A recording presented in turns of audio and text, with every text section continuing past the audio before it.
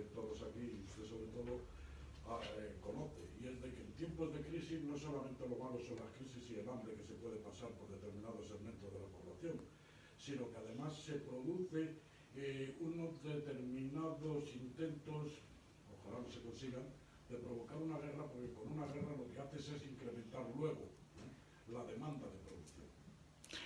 El mayor saqueo de Estados Unidos después de la guerra fueron los von Brauns que se llevaron, es decir, el capital humano de técnicos fundamentalmente alemanes y algunos italianos, y evidentemente desmantelaron las fábricas, es decir, Rusia se llevó toda la maquinaria de su lado a Rusia, Estados Unidos se llevó toda la maquinaria de su lado a Estados Unidos, lo cual permitió que Alemania tuviese la maquinaria más moderna, porque como tuvo que tenerla toda nueva, se hizo el país más competitivo porque estaba más adelantado en tecnología. Pero la pérdida mayor fueron los von Brauns, es decir, ingenieros que fueron cazados uno a uno por cazatalentos y se los llevaron a Rusia y se los llevaron, me acuerdo que estando trabajando en Alemania como soldador, estaba estudiando y un verano fui a aprender alemán y fui de soldador, ¿no? Me acuerdo que uno me decía, si es que se han llevado a todos los alemanes, tanto los rusos como los americanos, y me dice, das warum die schießen so hoch, y por eso chutan tan alto, porque están con tecnología de cerebros alemanes. Ese fue el gran saqueo y la gran ventaja competitiva de Estados Unidos. Supieron aprovechar y efectivamente el plan Marshall, me acuerdo que nos lo explicó aquel señor compañero del colegio, un profesor en el colegio, dice, el plan Marshall es el del jugador de póker, que cuando ya ha saqueado al otro le presta dinero para seguirle endeudando. Pues efectivamente, el plan Marshall funcionó, pero también ha habido inversiones en otros sitios, por ejemplo en Centroáfrica, muy superiores al plan Marshall y no han funcionado. ¿Por qué? Porque en Alemania tenían autopistas y alemanes. Y en el centro de África ni tenían autopistas ni tenían alemanes. Es decir, el primer factor económico es la educación. Y si queremos salir adelante, lo que más tenemos que cuidar y donde más tenemos que invertir es en educación. Este centro se montó por Carlos V, por Jovellanos, por instrucción desde el rey, para formar a los industriales españoles, porque lo primero que estuvieron dando clases fue de leer y escribir, porque eran analfabetos. Hubo que enseñarles contabilidad, hubo que enseñarles a leer y escribir y hubo que enseñarles técnicas de gestión con los medios del siglo XVIII. ¿Qué ocurre? Pues que la formación es básica para el desarrollo y la labor que este centro ha hecho desde sus inicios, así bueno, hace no me acuerdo cuántos años empezaron a dar clases de informática, cuando nadie sabía informática, ¿no? Que es la vocación, ¿no? Es la insignia, es lo que está diciendo eso, enseña a aprender. La formación es el mayor recurso y por eso la fuga de cerebros es la mayor pérdida económica. Por favor, dime. Por favor, sí. Sí. Sí, mire, es que yo pienso que los acuerdos de Bretton Woods, a lo que usted ha aludido, que establecieron que ya no tenía que haber el respaldo del patrón oro al papel moneda, esto trae como consecuencia de que ahora, por ejemplo, el Banco Central Europeo emite 60.000 millones de euros, y eso, en realidad, al no estar respaldado por el oro, eso es papel, es decir, eso al peso no vale nada. ¿Por qué vale? Porque nosotros queremos que valga, pero no vale, es papel, eso al peso no vale nada. Precisamente por esos acuerdos famosos de Bretton Woods.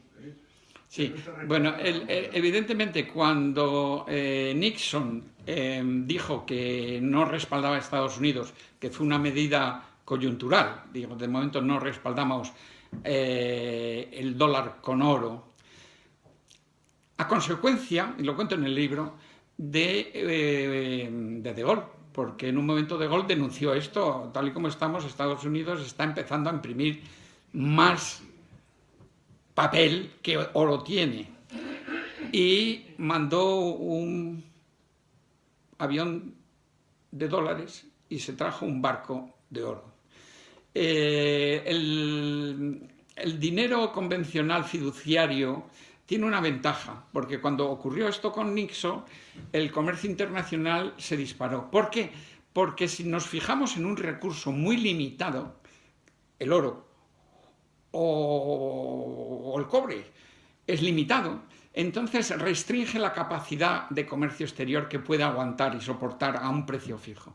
Mientras que si hacemos un recurso ilimitado, como un papel que vamos imprimiendo, podemos tener un desarrollo del comercio interior bastante ilimitado, pero tiene que estar controlado. Empiezo en el libro diciendo, como primer principio de la economía, que Aristóteles, entre otras cosas, dijo que de las funciones del dinero, una de ellas era medir la riqueza, y que para medir cualquier cosa, la unidad de medida tiene que ser constante. Hasta tal punto dijo eso, que dijo también que no se debía de cobrar intereses si se prestaba, porque a nadie que le presta al vecino un metro para que mida, le pide que le devuelva 1 metro y 1 centímetro. Y eso luego nos trajo en la Edad Media, cuando los árabes traducen a Aristóteles y se empieza a pensar en economía, que el cobrar interés es pecado, ¿no? ¿Qué ocurre? Pues que evidentemente tiene razón. Si fijamos a algo finito, estamos limitando. Pero lo que hay que tener es lo que tienen los alemanes en el marco, que es lo que hemos heredado nosotros en el euro. Es la obsesión por controlar la inflación. ¿Por qué? Porque los alemanes sufrieron con Weimar una superinflación horrorosa, que el marco se multiplicó por motivo a tener que pagar las deudas de guerra de la Primera Guerra Mundial, pues por millones. Iban con carretillas a pagar lo que tuviesen que comprar.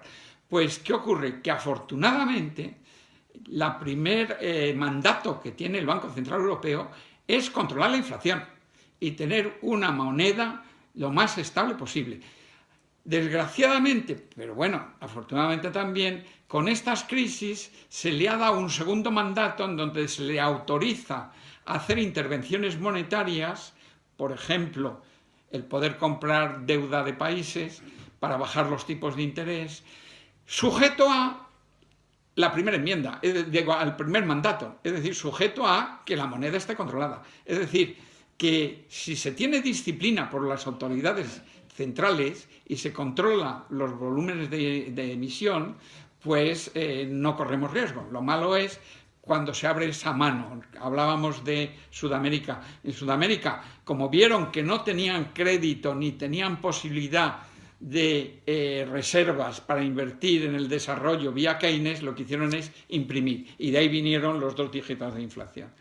Evidentemente se necesita tener muy clara la idea de Aristóteles. Tenemos que tener que, entre otras cosas, que el dinero, lo explico en el libro, no os cuento todo el libro, es una unidad de medida, y las unidades de medida para que funcionen tienen que ser estables. Y la vía del desarrollo por el camino de la oferta es que controla la inflación.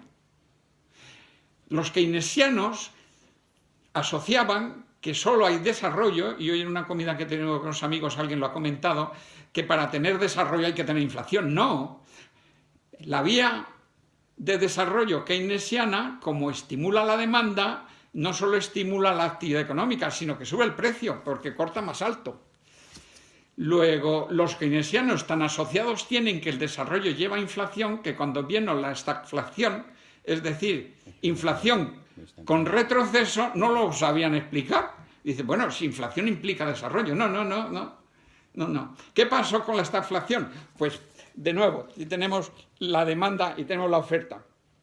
Si lo que hacemos es que la oferta sube, el precio sube y, acordémonos que el origen está aquí, la actividad decrece. Luego tenemos inflación con desempleo y con recesión, etcétera, etcétera.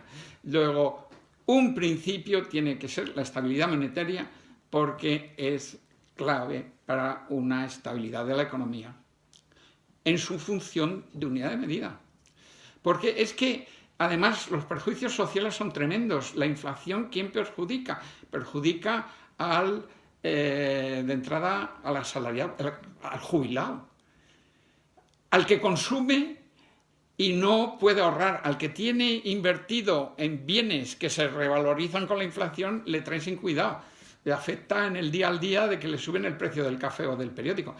Pero el que más sufre con la inflación es el más débil, empezando por los jubilados. Empezando el que se gasta todo para poder comer. El que invierte y cada vez vale más el activo que haya sido, que ha invertido, la inflación no le preocupa. Pero la inflación es un problema social enorme y el camino para resolverlo es la disciplina de los entes monetarios. Léase Banco Central Europeo. Aunque creo que estamos ya un poquito fuera de hora y la pregunta es amplia, estoy seguro que los comentarios vendrán desde tu tradicional mesura